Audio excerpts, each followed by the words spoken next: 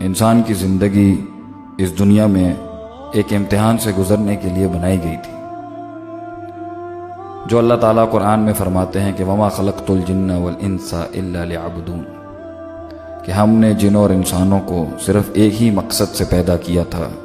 اور وہ ہے عبادت۔ مگر اس دنیا کے اندر اپنے رب کو تلاش کرنا، اس کے پیغام کو تلاش کرنا اور پھر اس کے احکام کے آگے سر تسلیم خم کر دینا، یہ کام انسان کے لیے اچھا بھی تھا، احسن بھی تھا، اور یہی مقصود اور مطلوب ہے۔ لیکن انسان دنیا سے امید لگا کے بیٹھا رہا اور اسی کی رنگرلیوں میں اپنے سکون کو تلاش کرتا رہا۔ اسی لیے انسان اپنے مقصد، اپنی زندگی، اپنے مستقبل اور اپنی آخرت سے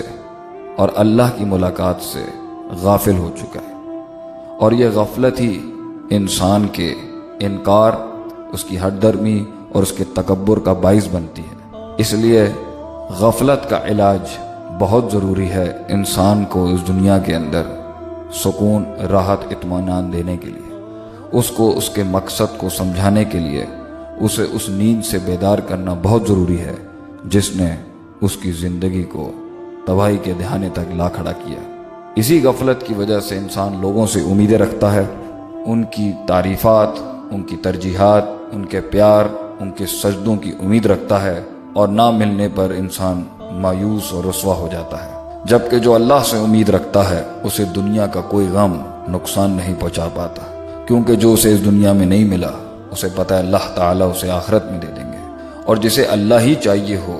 اسے دنیا سے کیا لینا دینا یا اس کے نقصان سے کیا لینا دینا۔ ہمارا مطلب یہ نہیں کہ انسان دنیا کے اندر کوئی کام نہ کرے، بلکہ اس دنیا میں کام کرتے ہوئے اپنے روحانی اصولوں کو جو قرآن و سنت میں اللہ نے نازل فرمائے ان کو اپلائی کر کے ہی انسان ایک کامل مخلوق بن سکتی ہے۔ قرآن میں اللہ فرماتے ہیں اس غفلت کی وجہ اس دنیا کی چھوٹی، ذلیل اور حقیر اشیاء کے اوپر مطمئن ہو جانا ہے، اور یہ تب ہوتا ہے جب انسان دنیاوی زندگی سے راضی ہو جاتا ہے، اور دنیاوی زندگی سے انسان راضی تب ہوتا ہے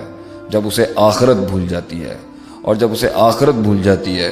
تو اسے اللہ سے ملنے کی کوئی امید نہیں رہتی، اور جب اسے اللہ سے ملنے کی کوئی امید نہیں رہتی تبھی انسان غافل بھی ہوا ہے اور حد سے تجاوز بھی کرتا ہے۔ اس پورے کانسیپٹ کو اللہ نے قرآن میں سورہ یونس میں بہت اچھے انداز میں بیان کیا۔ اللہ فرماتے ہیں ان الذین لا یرجون لقاءنا، بے شک کہ وہ لوگ جو نہیں امید رکھتے ہماری ملاقات پر،